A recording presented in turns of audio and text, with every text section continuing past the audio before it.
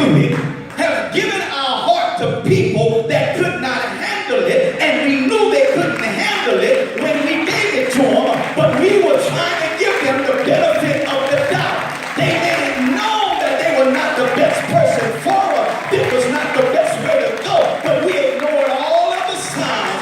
We turned blind to all of the facts, and we wanted to pray real hard. Now you praying and asking God to do something He done told you no time, but you keep on praying, and when you are irresponsible, it irritates you.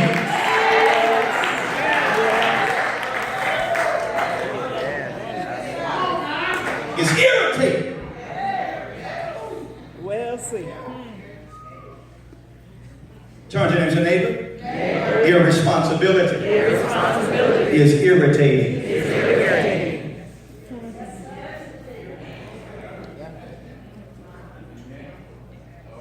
Because irresponsibility,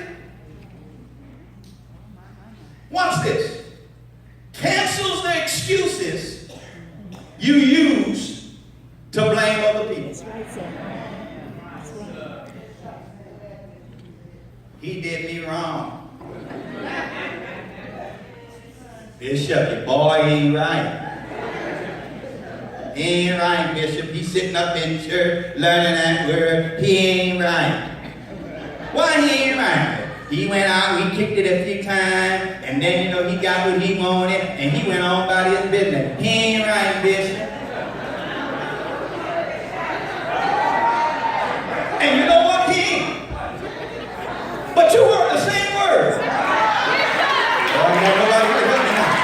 You were listening to the same sermon. You shouted the same thing. So don't blame him for being what you knew he was. You know